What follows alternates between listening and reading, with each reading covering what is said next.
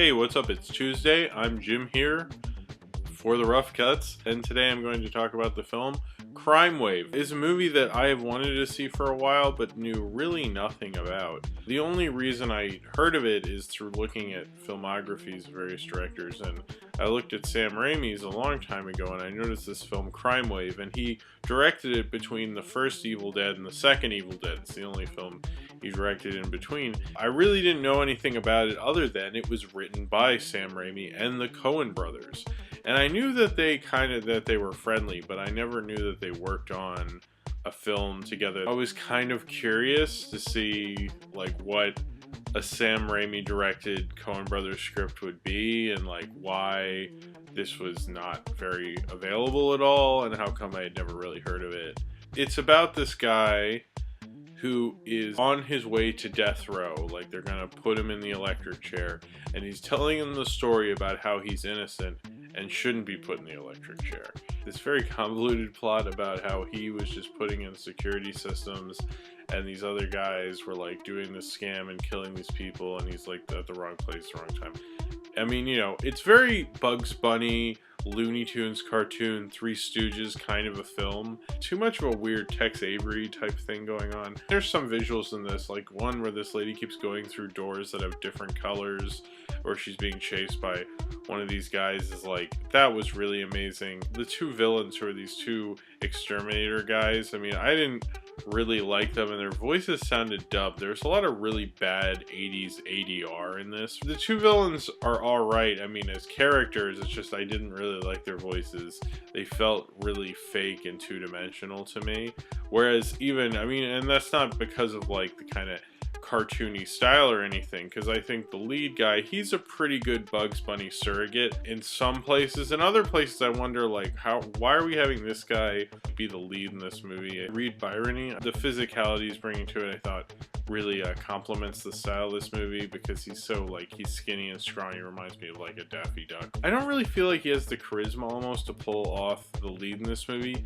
I mean, I wish Bruce Campbell, who if you look this movie up is always listed first, he's like not really in it that much, and I feel like this is something Bruce Campbell could have pulled off. I don't know why he wasn't the lead. Last week I did Over the Edge, and Over the Edge was a cult movie that I had always wanted to see, knew very little about, and then when I actually saw it, I really liked it. But Crimewave is the other extreme of what usually happens. This movie is an interesting experiment. It reminds me of Spielberg and Spielberg's film 1942. 1942 is a lot better, but this is kind of an interesting little misstep. You're kind of wondering why Sam Raimi isn't doing another horror movie in the mid-80s. You know, he kind of doesn't make Evil Dead 2 until 87, which I didn't realize it was that late, but I guess it is. It's a weird idea for a movie. It doesn't seem commercial at all, even though this is his first film with a studio, and they had all these problems in the studio. Like, they didn't have full creative control, and the studio was second-guessing them all the way through.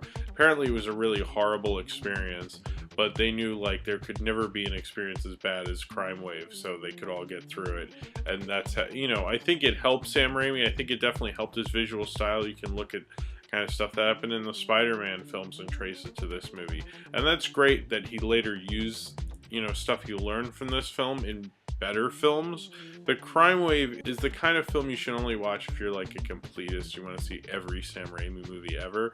It's an interesting little cool find. It's the Coen brothers right around the time they wrote and made Raising Arizona. You know, it's really quirky and weird and strange and kind of a little too over the top in that kind of 80s goofy way. A lot of the kind of the goofiness and the oddness and the bizarre camera angles and stuff worked out a lot better in something like Raising Arizona. This is like the other extreme of that kind of a dark black comedy. It's a really odd little weird obscure movie, you know, and it is strange, you know, someone like Sam Raimi and the Coen brothers, you'd think most people had heard of it, but I guess not, you know. But Bruce Campbell's in it. He has a small part, unfortunately. I really thought he was the star of this originally, because he's always listed first, but he's not. That's really disappointing to me.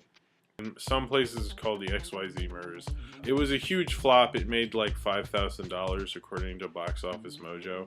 Played in like 7 theaters, maybe 12 theaters total. I think it taught Sam Raimi a lot of lessons, apparently, from what I read, or at least on the Wikipedia page.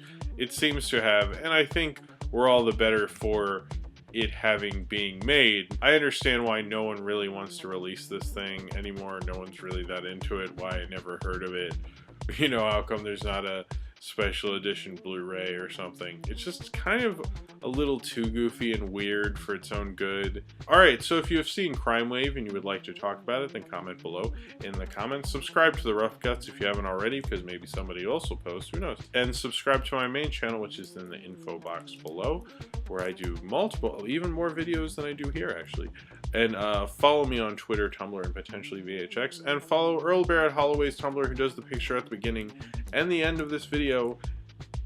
And that's it. And I will be back next week. I'm surprised I got this up, really. But I did, so...